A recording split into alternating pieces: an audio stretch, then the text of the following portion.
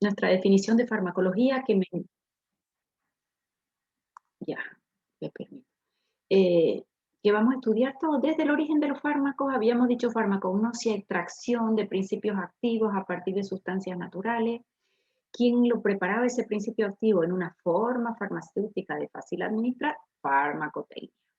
Y luego ya la terapéutica ya es elegir el medicamento adecuado para el paciente adecuado. Toda vez que uso un fármaco, tiene las dos caras de la moneda, efecto beneficioso y efecto no beneficioso. Y ahí hablamos de efecto adverso. Farmacovigilancia. Detectábamos, notificamos y lo prevenible se previene. ¿Listo? Hay otras ramas también como la terapéutica, la toxicología.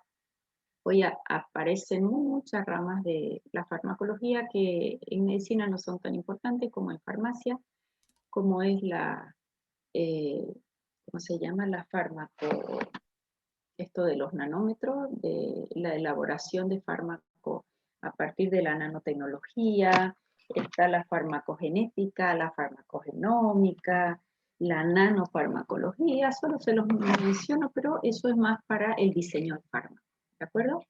Bien, a partir de ahí entonces habíamos visto que dos ramas en las que yo sí voy a hacer hincapié con ustedes, farmacocinética y farmacodinamia. ¿Quién recuerda que estudiaba la farmacocinética? Vamos. Doctora, ¿son los cambios que el organismo hace al fármaco? Ok, modificaciones que mi organismo le hace al fármaco, perfecto. ¿Quién me ayuda a recordar qué le hace mi organismo a un fármaco que yo recibo? Y se puede decir la liberación. Ok. ¿Qué es liberación? A ver, ¿quién me ayuda con liberación? ¿Será que todos los fármacos se liberan? ¿Que todas las No, formas farmacéuticas son Liberación sometidas del no, principio activo. doctora, no a todo se libera. liberación? No todo se libera. ¿Quién me da dos ejemplos que se libere? Las cápsulas. Cápsula. Ok. ¿Qué es una cápsula? Es un fármaco que tiene una cubierta de gelatina en el que dentro se encuentra el principio activo. Ya.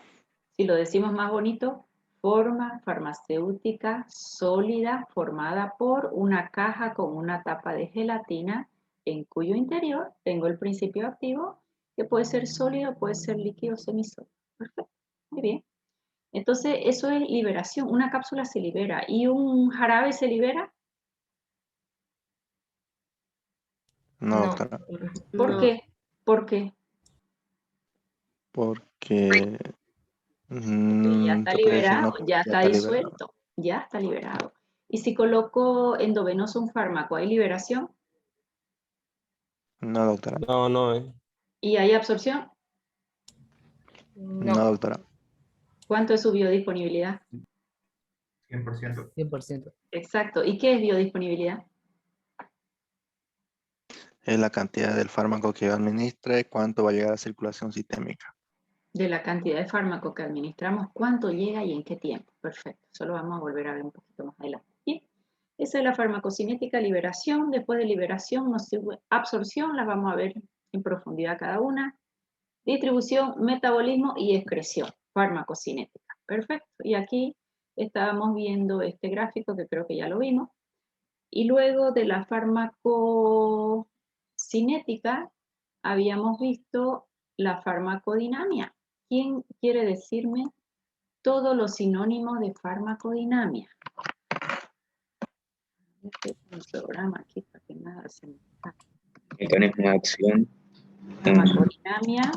Primero quiero definición y después vamos a ver sus tres sinónimos, porque los tres los vamos a usar. ¿Qué era la farmacodinamia? Las modificaciones que el fármaco le hace al organismo. Perfecto. ¿El fármaco crea funciones? No, doctora. Modifica las que ya existen. Perfecto. Sinónimos.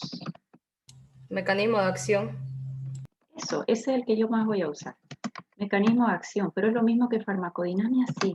Otro, Acción farmacológica. acción farmacológica. Y acá quiero que me distingan muy bien, bonita mi pizarra, ¿no? Acción farmacológica, por aquí me quedé, y efecto farmacológico. Perfecto. Acción farmacológica, entonces, son las modificaciones que el fármaco hace a mi organismo. Es el mecanismo de acción, sinónimo. Yo les dije 5 tipos de acción farmacológica. ¿Cuál era el primero? O el segundo. Estimulación, depresión, ¿qué más teníamos acá? Sustitución. Irritación. Irritación. Después teníamos sustitución o reemplazo. Esto lo da bastante bien un libro de Lister, pero para mí le faltan algunas. Pero bueno, así está la literatura, eso no lo han modificado mucho. Y acción antiinfecciosa. Medio por aquí me quedé, ¿verdad? ¿Qué es estimulación? Aumento de la actividad celular. Y habíamos dicho algunos ejemplos. Por ejemplo, una cafeína. Hay fármacos estimulantes, una aminofilina que es derivado, es una santina, ¿no? Cafeína, teobromina, teofilina, ellos son estimulantes. Luego, depresión es una disminución de la actividad celular. Alguien dijo por ahí un diazepam, y yo les hacía recuerdo que es una benzodiazepina y que las benzodiazepinas tenían 5 efectos farmacológicos. Acción es mecanismo de acción. Efecto es el resultado del mecanismo de acción. O sea que sí, acción farmacológica son las modificaciones que el fármaco hace al organismo. El resultado de esas modificaciones, el resultado o las manifestaciones de la acción farmacológica es el efecto, resultado o manifestaciones de la acción farmacológica. Perfecto. Acá en depresión volví un poquito, habíamos dicho diazepam o algún compañero. ¿Quién recuerda los 5 efectos farmacológicos del diazepam? Porque si yo pongo un ejemplo acá y pongo diazepam, ¿saben qué hace el diazepam?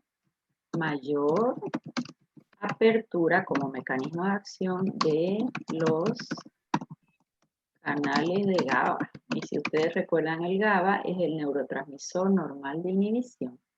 Y si abre más veces el canal, va a entrar más GABA y el paciente va bajando reactividad. Entonces, ese es el mecanismo. Pero si yo les digo, ¿cuál es el efecto farmacológico del diazepam? Aquí vamos a poner el ejemplo del diazepam. ¿Quién se atreve a decirme su efecto farmacológico del diazepam? Ya yo les enseñé su mecanismo de acción, que lo vamos a estudiar más adelante. Abre canales de cloruro. Ingresa cloruro, aumenta GABA. A ver, alguien. Son 5. Sedante, hipnótico, Ya. relajante muscular. El primero es ansiolítico. Fíjense que voy a ir de menor a mayor, dosis dependiente. Antes de yo sedada me va a bajar ansiedad. Ansiolítico, muy bien, me gustó. Sedante, Hipnótico. hipnótico, ya. Anticonvulsivo. Anticonvulsivante. Y el último es relajante. Relajante muscular. muscular. Bueno, no, anticonvulsivante y relajante muscular. Fíjense que es una verdadera relajación muscular. No es la relajación muscular que me tomo un Flogen Regla y me relaja los músculos, no. El único relajante muscular es el tipo de fármaco, que realmente relaja el músculo, pero a una dosis que el paciente ya está totalmente dormido y cerrado. Traje agüita hoy día. Bueno, ok, entonces, fíjense, bájenme su micrófono los que tienen un poquito de bullita en casa, ¿ya? Entonces, fíjense acá la diferencia entre acción farmacológica y efecto. Esto para el resto de su viaje de ustedes. A veces les digo mecanismo de acción y me dicen ansiolítico sedante. No, señor, todos se equivocan, incluso cuando uno conversa. A veces en alguna junta médica hay gran diferencia. Acción farmacológica es el mecanismo de acción. Modificación sobre un receptor, sobre una enzima que inhiba, que estimule, que aumente su actividad, que disminuya su actividad. Pero el efecto ya es el resultado. ¿Quién se atreve a darme el ejemplo de salbutamol? Mecanismo de acción y efecto farmacológico. Estimulación de receptores beta Estimulación 2. beta 2. Ya, esa estimulación le vamos a llamar agonista, adrenérgico porque es del sistema simpático beta. 2 mayor a beta 1. Es un agonista, ocupa el receptor y hace la misma actividad que el neurotransmisor, ¿verdad? Ese es su mecanismo de acción del salbutamol. Y si yo le digo, ¿cuál es el efecto farmacológico del salbutamol? ¿Cuál es la respuesta? Broncodilatación. Listo. Broncodilatador. ¿Listo? ¿Queda clarinísimo? Eso, prohibido equivocarse. Ustedes ya no se me pueden equivocar más. Bueno, voy a ir mirando mi programa para no perdernos. Objetivo de la farmacología, la rama de la farmacología ya hemos visto. Farmacodinamia y farmacocinética. Tengo que hablar un poco de reacciones adversas y después entrar de lleno ya hacia sistema farmacocinético. Y curva dosis respuesta, biodisponibilidad, bioequivalencia, ya eso es absorción, curva dosis respuesta. Ya, vamos a ir borrando esto. Vamos a ver con qué nos encontramos acá. Ok, esta farmacodinamia para mí es de estrecha importancia.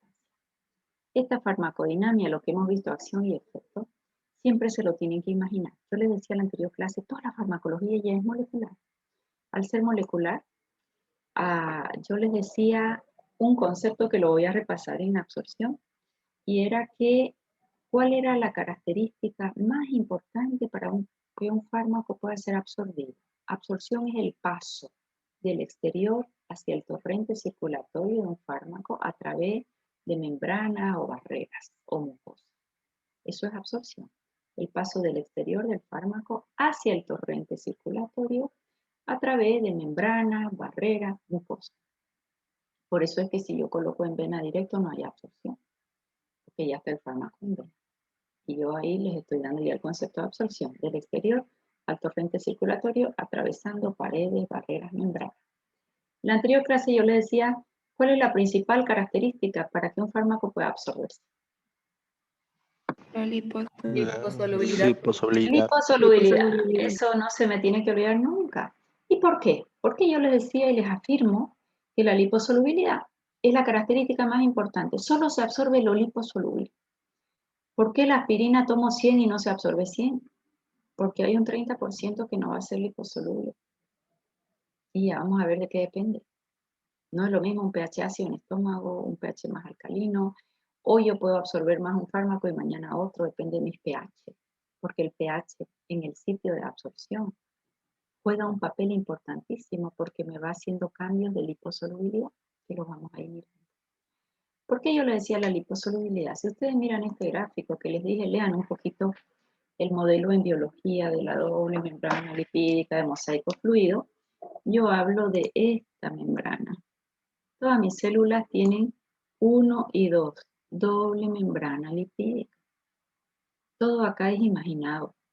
Ya se lo tienen que imaginar cada que dan un fármaco. ¿Por qué se absorbe más? ¿Por qué se absorbe menos? Para que ustedes razonen siempre. Si esto es liposoluble y yo acá me comí un bife con la grasa, esta grasa va a pasar sin pedir permiso. ¿Por qué? Porque no tiene carga eléctrica. Porque es liposoluble. Pero si me comí esta molécula que tiene cargas positivas o negativas, ¿será que esta molécula con cargas positivas y negativas podrá atravesar una doble membrana lipídica que no tiene cargas eléctricas? No. De eso se trata la liposolubilidad. O sea que de esta gráfica yo que estoy sacando, recordándoles un poquito y usándola, esta doble membrana lipídica es muy selectiva para sustancias liposolubles, principal característica de todas mis células. Entonces, para que por cualquier vía el fármaco se absorba, tiene que atravesarla. Profesora, pero el agua no atraviesa, es hidrosoluble. Esto que estoy dibujando muy mal son poros de proteína que están insertos en la doble membrana lipídica y permite que por ahí pase el agua y sustancias hidrosolubles. Porque yo puedo tomar mucha agua y se va a absorber, sí, se va a absorber. Pero es hidrosoluble, no liposoluble. ¿Por qué? Va a tener su camino por donde hacerlo. ¿Quedó mejor eso? Bueno, pero esta gráfica ¿para qué era? Para que ustedes se imaginen que este fármaco actúa sobre un receptor que ya existe. Por ejemplo, si este fuera un salbutamol, ¿qué receptor es este en bronquio? es un beta 2. Es un beta 2 y cuando este fármaco ocupa el receptor, recién voy a ver acá un cambio que es el efecto farmacológico. ¿Ya? Un ejemplo voy a dar que me parece importante. Este paciente asmático usa siempre el salbutamol y resulta que ya no le hace efecto. ¿Por qué? Porque este receptor, por el mucho uso o por algunos otros motivos, generalmente el mucho uso, deja de responder. Cuando viene el fármaco ya no quiere responder. Eso se llama receptores silenciosos. ¿Qué tengo que hacer? No mejora con el salbutamol. ¿Qué hace el neumólogo o su médico? Le va a dar una combinación. Le va a dar un salbutamol con un glucocorticoide en el mismo inhalador, una beclometasona, por ejemplo, una fluticasona que usamos mucho en COVID ahora porque es antiinflamatorio fantástico y es tópico local. Y hace que estos receptores vuelvan a funcionar, a responder. Entonces ahí entra un concepto, vamos a ir anotándolo, en receptores, porque yo sé que la acción farmacológica es la interacción del fármaco con el receptor. Receptor son macromoléculas, generalmente de características proteicas, y esos receptores, cuando son muy usados, se vuelven silenciosos, que significa que se meten para adentro o hacen algo para ya no responder. ¿De acuerdo? Entonces los receptores pueden ser receptores silenciosos. ¿Qué tengo que hacer cuando hay un receptor silencioso? Muchas veces dejo de usar el fármaco y ya el receptor responde. Ese concepto se llama tolerancia. ¿Qué es la tolerancia?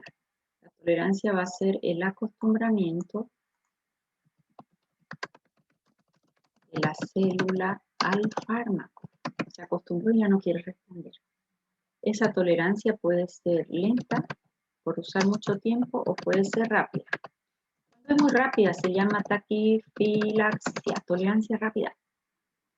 Eso pasa mucho con nitratos y nitritos, que son dilatadores de territorio, se llama las arterias del pulmón, coronarias.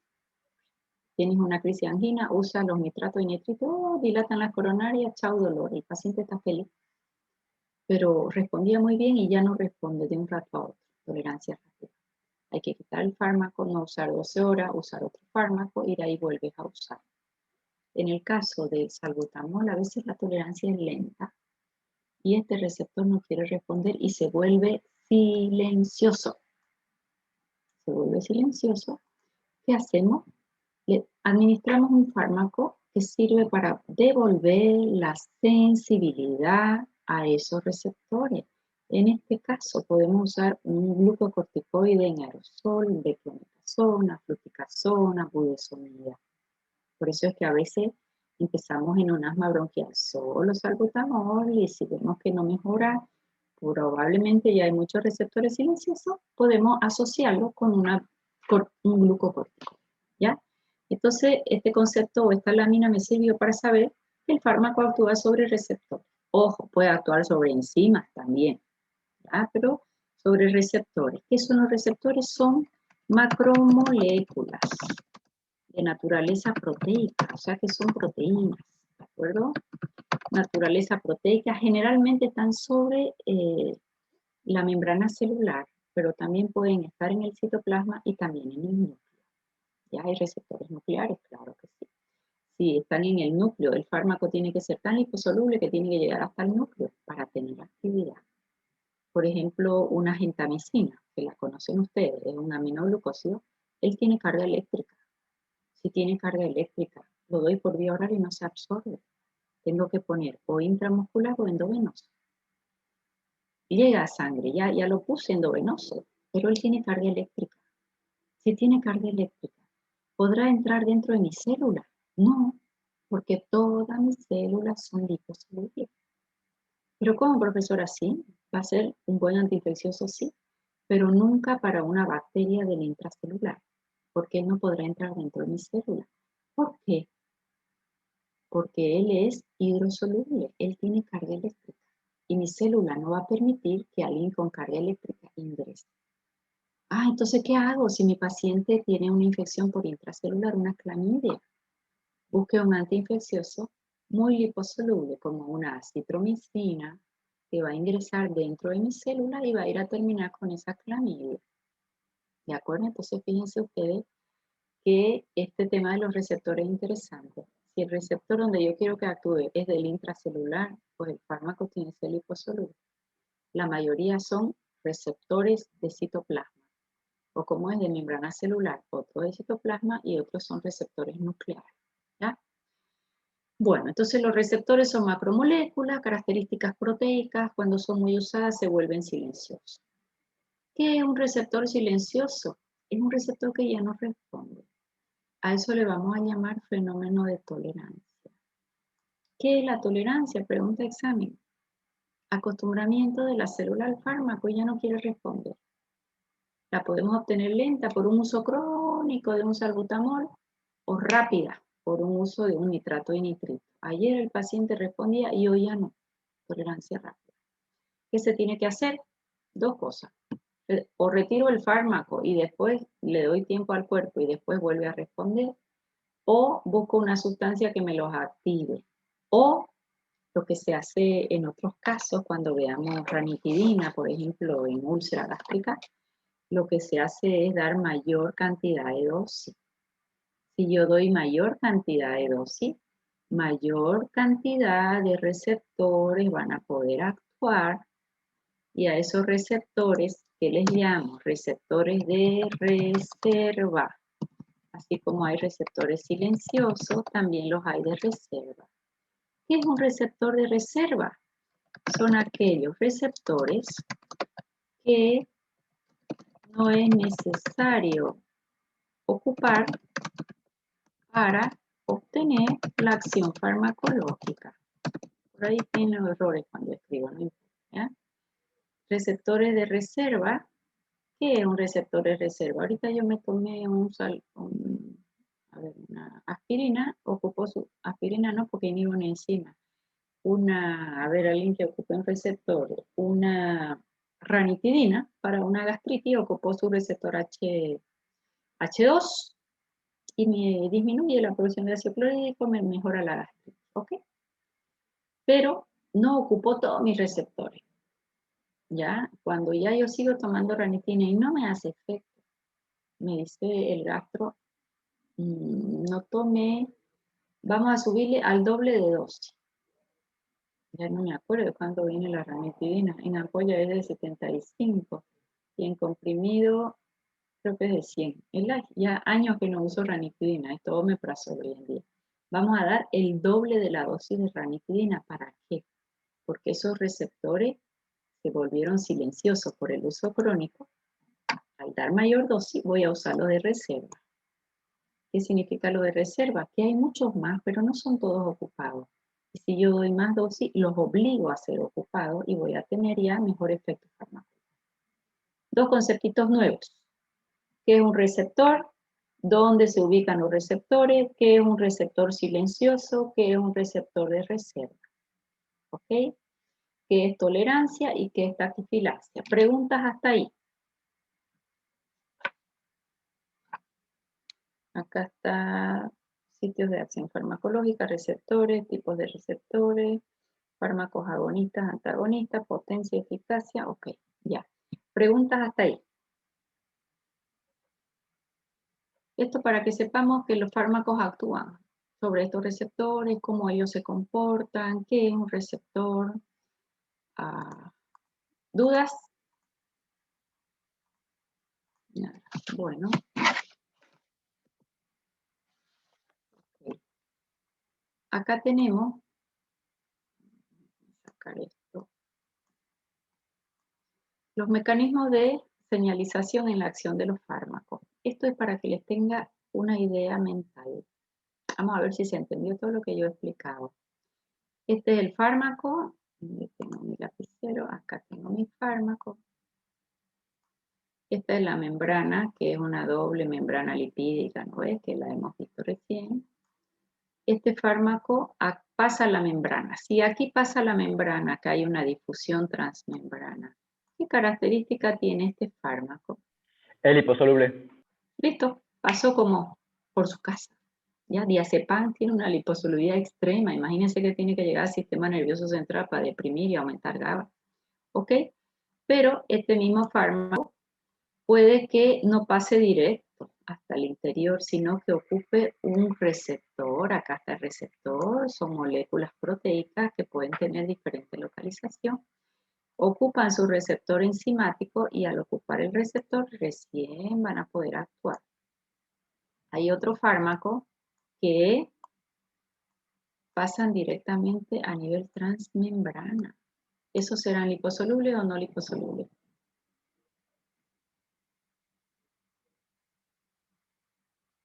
No pasaron a través, sino que es por un canal acá. Estos generalmente son hidrosolubles por el canal del agua. Posiblemente. ¿Ok? Y otros van a ocupar receptores acoplados a la proteína G y eso es lo que va a hacer los cambios internos que lo vamos a ir viendo a lo largo del año. ¿De acuerdo? Bien, eso es nada más porque necesito yo que se imaginen ustedes las cosas. Cómo es que va a ir pasando cada uno de estos fenómenos. Bien. Acá un ejemplo nada más. Es que con láminas me pierdo un poco. ¿Qué es lo que me falta acá? Receptores, agonistas y antagonistas. Ahorita vamos a mirar eso. Nada más un ejemplo más de acción y efecto farmacológico. Acción era la modificación que el fármaco hace en el organismo, efecto resultado. Fíjense en esta gráfica, estos son los fosfolípidos de la membrana. Si aquí hubo un corte por una agresión, por una toxina, por un virus, por un corte en quirófano, esta doble membrana de lípido va a liberar a quién. ¿Quién es mi enzima de oro acá? Que va a dar lugar a toda la cascada de la inflamación. Fosfolipasados. La fosfolipasado me va a dar lugar a dos vías de la inflamación. Una es la vía de la ciclooxigenasa y otra es la vía de la lipoxigenasa. Hay dos vías de inflamación, la principal y la alterna. Esta es la vía principal, la vía ciclooxigenasa, y esta es la vía alterna, la vía de la lipoxigenasa. Esta fosfolipasa 2 es la que da la gasolina para que la inflamación dispare. ¿De acuerdo? Ahora los voy a hacer razonar y ustedes me van a decir, ¿por qué en COVID empezamos a usar ibuprofeno y después nos dimos cuenta que había que usar glucocorticoides y el paciente mejora? El ibuprofeno, que es un AINE, bloquea esta ciclooxigenasa, entonces ya no hay prostaciclina, prostaglandinas, que estas son las que hacen la inflamación, y tromboxano. El tromboxano forma trombos, por eso la formación de trombos está pegadita a la inflamación. Es lo que viene, es la consecuencia de inflamar. Ayer me decía una paciente, ¿por qué anticoagulación, doctora? Porque cuando viene inflamación, que la tenía alta con ella, un PCR alto, BCG alto, ferritina alta, paciente inflamado, lo que viene después de la inflamación son pequeños microtrombos, por el que se activa el tromboxano. Entonces, si yo le anticoagulo, voy a evitar esa formación de microtrombo y que no me deje secuelas y que no me haga microembolia. Entonces, este AINE me bloquea ciclooxigenasa y ya no voy a tener estas dos, prostaglandinas y tromboxano. Pero, fíjense que si yo bloqueo aquí, se me viene toda la inflamación por esta otra vía, que es la vía de los leucotrienos, que es la principal vía de las alergias en asmáticos. De la alergia no, del cuadro en sí de broncoespasmo, de la crisis de asma. Por eso es que a un asmático yo no le puedo dar una aspirina, no le debo dar, porque me bloquea la vía principal de inflamación y me activa esta vía alterna. ¿Ya? Ahora mi pregunta. Mecanismo de acción de la INE es bloquear ciclooxigenasa, bloquea una enzima. ¿Efecto farmacológico cuál es? Antiinflamatorio, analgésico, antitrombótico, aspirina, le dije, no, sí, es antiagregante plaquetario, es antitrombótico y antiinflamatorio, pero una dosis alta, que la usamos en fiebre reumática. Pero si no, busco un antiinflamatorio mejor, un diclofenaco o un ibuprofeno. ¿De acuerdo? Entonces, el mecanismo, la acción farmacológica es bloquear esta enzima y el efecto es ser analgésico, antiinflamatorio, antiagregante plaquetario, antitérmico. 4 efectos. Aspirina con dosis más alta. ¿Okay? Ahí está la acción farmacológica y el efecto. ¿Por qué si bien usamos ibuprofeno para fiebre e inflamación, decidimos usar glucocorticoides. O decidieron usar glucocorticoides y vieron que los pacientes tenían mejor expectativa de vida. ¿Por qué? Porque bloquea directamente la fosfolipasa A2 y va a bloquear las más vías. Ya, porque él va a estimular la síntesis de una proteína que se llama lipocortina, ¿ya? Y esa lipocortina me bloquea desde el inicio de las vías de la inflamación. El ibuprofeno es solo una vía y me deja las otras libres, la vía de la lipoxigena. Entonces, ¿quién es superior en antiinflamación? ¿Un glucocorticoide o un AINE? Un glucocorticoide. Corticoides. Siempre el glucocorticoide. ¿Por qué? Porque estoy bloqueando la inflamación desde el inicio. Desde el inicio estoy bloqueando la inflamación. Ojo, espectacular antiinflamatorio. Mucho efecto adverso, ya lo vamos a ver en su momento. Hiperglicemia, hipertensión, a nivel del órgano que quieran hay efectos adversos. En el largo plazo o dosis muy alta, ¿no? Porque en el corto plazo y dosis no tan alta es bastante bien tolerado. ¿Quedó claro con esta imagen, acción y efecto farmacológico? Tienen de 2 fármacos acá. Si yo les pregunto, ¿cuál es el mecanismo de acción de la INE? ¿Qué me dicen? Bloquea la ciclooxigenasa y funcionar. Listo, bloquea ciclooxigenasa, punto. ¿Y cuál es el efecto farmacológico que los he hecho ahí? Antiinflamatorio, antitrombótico, antiagregante y antitérmico. Perfecto. Glucocorticoides, mecanismo de acción. Inducir a la lipocortina y bloquea la fosfolipasa 2. Listo. Inducir a una proteína que es la lipocortina y ella inhibe fosfolipasa 2. ¿Y sus efectos farmacológicos? Inhibir la inflamación. Antiinflamatorio, no es antitérmico, no es analgésico, solo antiinflamatorio potente. Además tiene su efecto inmunosupresor, que ya lo vamos a ver más. ¿Ya? Bien, ¿alguna duda en acción y efecto? Anoten tarea, quiero 10 fármacos, que me elijan 10 fármacos. No, yo se los voy a dar, los fármacos. Ahora se los voy a escribir. ¿Cuánto me queda en tiempo? 3 minutos. Ya, lo hacemos ahora. Anotar cuadro de texto. Ya me van a buscar el mecanismo de acción de ibuprofeno, acción y efecto farmacológico. Quiero el mecanismo de acción de glibenclamida, ya. Quiero el mecanismo de acción de enalapril. Quiero el mecanismo de acción de penicilina. Quiero mecanismo de acción de ranitidina. Quiero un mecanismo de acción, a ver qué sistema me falta, 2, 4, 5. Esos 5. Me van a buscar acción y efecto farmacológico. Razonado. ¿Ya? Me van a explicar por qué cada cosa. Acción y efecto farmacológico, ahora lo anoto como tarea para la siguiente clase. Vamos a ver cuándo hacemos la forma farmacéutica, que lo tienen pendiente también, que tenían que preparar. Ya, ahora nos ponemos. Entonces, esto más va en el avance de... Lo vamos a ir viendo a lo largo de los temas en cada uno, sí, pero ahora simplemente me la buscan para que ustedes me sepan diferenciar acción y efecto farmacológico. Perfecto.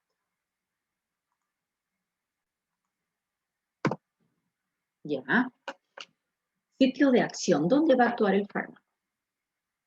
Si yo coloco un supositorio secante para un paciente con hemorroides, yo quiero que el fármaco actúe de forma local o quiero que el fármaco llegue a sangre con su óxido de zinc secante. Local. Ok.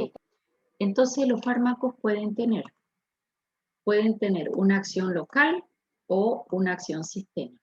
¿Qué es una acción local? Sobre piel o mucosa. Eso es una acción local.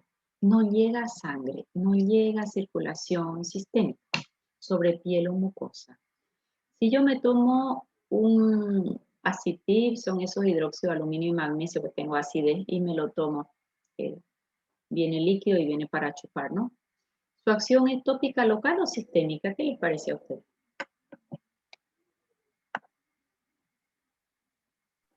Pedro está sin micrófono. Tópica local.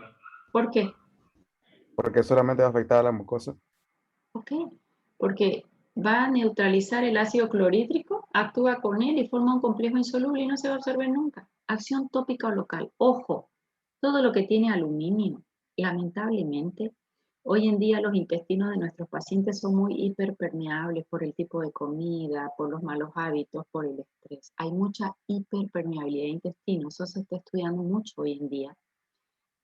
En autismo está muy relacionado ese intestino hiperpermeable con el paso de elementos que no deberían. Aluminio, por ejemplo, que está en esos antiácidos, no debería absorberse porque es insoluble, te dice la literatura. Pero si le hace un mineral